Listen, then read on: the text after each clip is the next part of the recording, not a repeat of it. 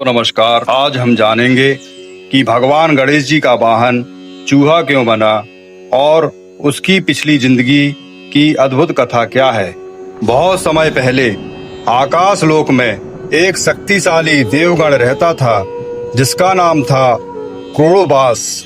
वह महर्षि पराशर का शिष्य था, विद्या, तपस्या और बल में अद्वितीय।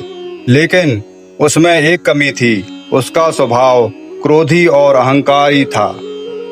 एक बार मंडप में किसी साधु ने उसे प्रणाम नहीं किया। क्रोधित होकर क्रोड़ोबास ने उस साधु के सारे सामान को अस्त-व्यस्त कर दिया। साधु ने शांत स्वर में कहा, हे क्रोड़ोबास, तुम्हारा यह अहंकार ही तुम्हें नीचे गिराएगा। तुम अपने पापों के कारण मूषक चूहे का जन्म लोगे और इस प्रकार क्रोड़ोबास का जन्म पृथ्वी पर एक विशालकाय चूहे के रूप में हुआ। चूहे का आकार सामान्य चूहों जैसा नहीं था, बल्कि हाथी जितना बड़ा था। जहां जाता वहां खेत नष्ट हो जाते, अन्न भंडार खाली हो जाते, देवता और ऋषि सब परेशान हो गए। वह इतना ताकतवर था कि ऋषियों के यज्ञ कुंड को भी उखाड़ डालता। सब देवताओं ने मिलकर प्रार्थना की, हे गणेश भगवान, आप ही हमें इस मूषक से बचाइए। भगवान गणेश प्रकट हुए। उन्होंने देखा कि मूषक अपनी ताकत पर इतना इतराकर सभी को परेशान कर रहा है। गणेश जी ने अपने पास फंदा से उसे पकड़ लिया।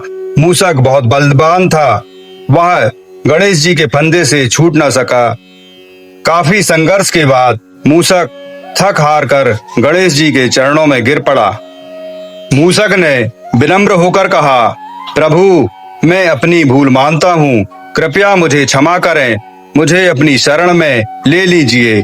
गणेश जी ने मुस्कुराकर बोले, जो शरण में आता है उसे मैं कभी खाली नहीं जाने देता। आज से तुम मेरे वाहन बनोगे।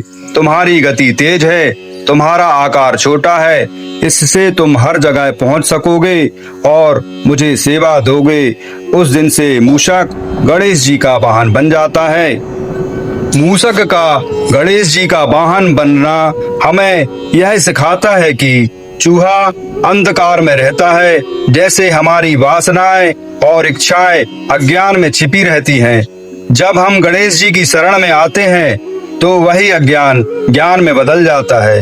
अहंकार चाहे कितना भी बड़ा क्यों ना हो, गणेश जी के सामने झुकना ही मुक्ति है। इस तरह एक अहंकारी देवगण श्राप के कारण चूहा बना और अंततः श्री गणेश जी का वाहन बनकर अमर हो गया। जय श्री गणेशाय नमो नमः। श्री गणेशाय नमो नमः। श्री गणेशाय नमो नमः। हर हर महादेव शंभु।